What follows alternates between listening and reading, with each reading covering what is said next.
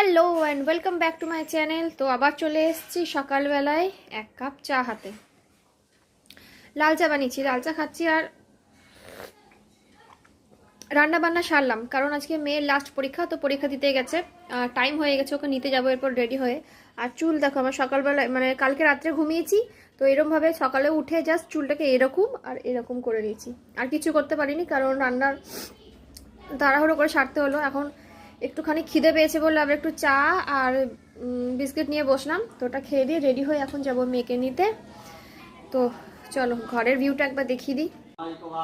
তা এই হচ্ছে আমার ছোট ঘরটার চাদরটা এক্ষুনি রাখলাম আমি বিছানার উপরে, জাস্ট রান্নাবান্না সেরে। এতক্ষণ গলায় খুব ব্যথা ছিল, ওটা দিয়ে রান্না করছিলাম। আর এই ঘরটা দেখো, আজকে ঘরে আছি, ঘর থেকে বেরোয়নি, তাই ঘরটাই তোমাদের সাথে শেয়ার করছি।